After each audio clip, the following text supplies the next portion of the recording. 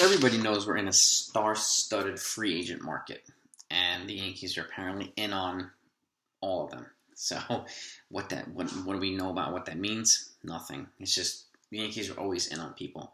They've already spoken to pretty much everybody's story: Simeon, Correa, Seager, and I guess their representatives as well to get an idea of what they're going to cost and what they're looking for. And we know Simeon now is looking for 7 years.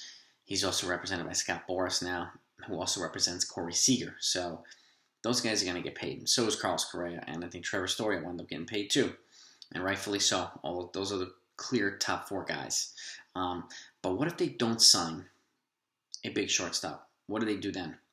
So let's get into that. Before we do that, hit the subscribe button if you haven't. Hit the notification so that you're in on all this stuff. You know exactly what's going on this offseason. You'll always be one of the first to know what's going on too.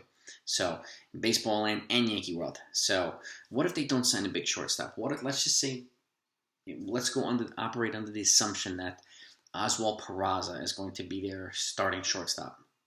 Okay, it's been, he seems to be major league ready. He definitely has an elite glove. His bat might take a little bit of time to catch up, but it's an adjustment period for an elite rookie prospect anyway. And if they do use him, then, having DJ at second would probably be a good idea.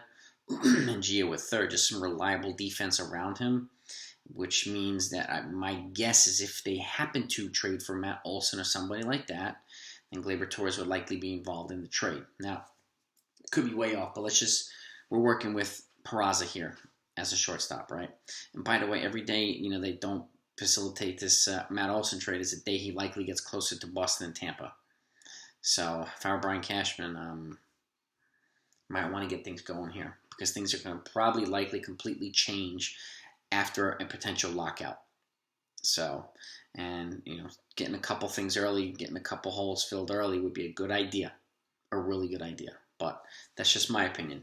I'm not a Major League Baseball expert, but that's my opinion. But that said, I have 3 trades here that the Yankees could, make that I think are good trades that would represent filling the lineup and filling the roster with some guys that could be of help to Oswald Peraza and everybody else. So the first trade with the Kansas City Royals. In this trade, the Yankees acquire MJ Melendez, who's their top catching prospect, their number 4 prospect overall, but he's blocked by Salvador Perez. And Whit Merrifield, who's beloved in Kansas City. He's getting a little bit older, but he's got 2 years of control left, and he's still an elite base stealer and a really, really good solid play. He's essentially the Royals, in my opinion, the Royals' definition of Chris Taylor. Plays infield, plays outfield. He's versatile, good contact hitter with speed. So they would acquire Merrifield and Melendez in exchange for Estevan Florial, outfield prospect, Davy Garcia, and Domingo Germán. So they would get 2 controllable starting pitchers. Domingo Germán's under control till 2025. Garcia, I think, has more. I think maybe 2027. And Estevan Florial, a young, dynamic outfielder. And at this point, they need pitching and they need outfield help. This gives them the opportunity to do both.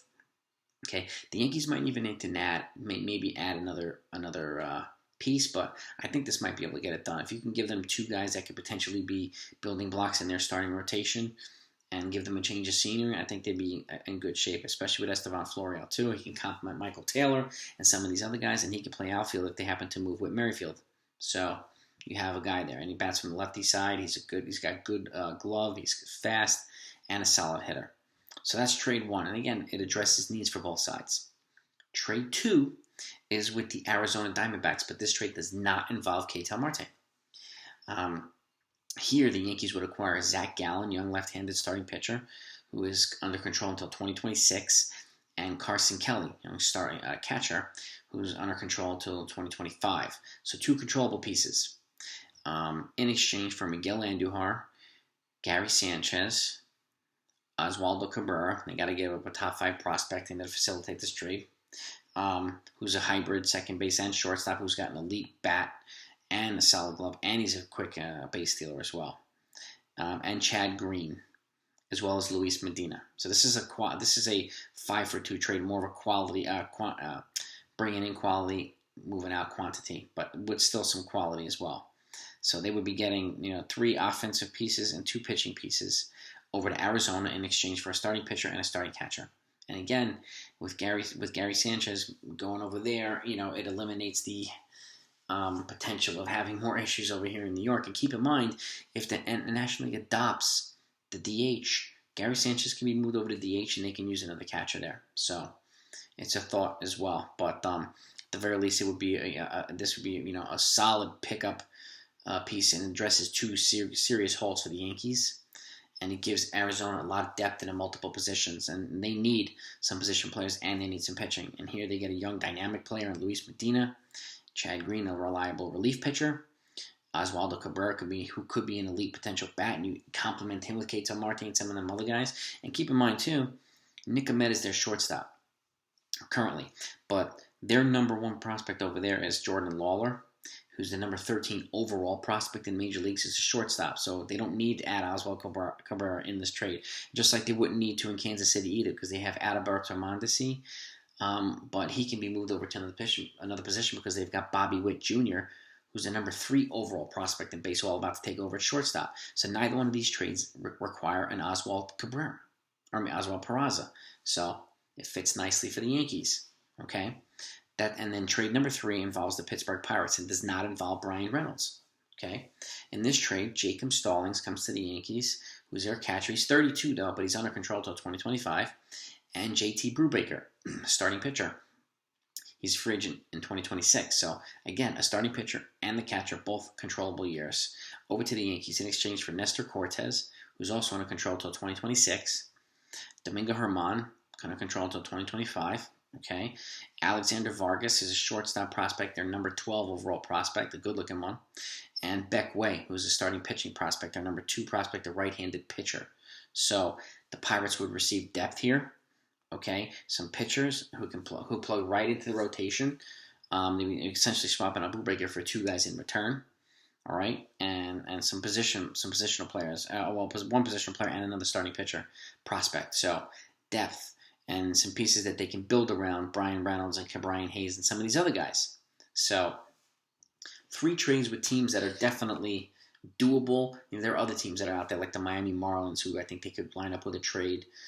With the Yankees would be a good fit. Maybe Seattle, a couple other teams. But these 3 teams here seem to represent the best fits for trades for the Yankees. And again, working under the assumption that Oswald Peraza is going to be their starting shortstop. So, because none of these teams need Oswald Peraza. So, even the Pirates have several major league pieces around shortstop and in the infield. So they have significant infield depth. The Yankees do not. Okay, they've just moved on from Tyler Wade and Andrew Velasquez, so they're down in depth in the infield and the outfield. So, but again, Pittsburgh, Arizona, and Kansas City would all receive pieces that they could use in multiple areas, and the Yankees would receive multiple players as well. And each one of these trades is a multiplayer trade because the Yankees have multiple holes they need to fill. And that's why I have it like this. So, you guys let me know what you think of these trades. If you can think of any other ones of your own, put them in the comments. Let's get into it.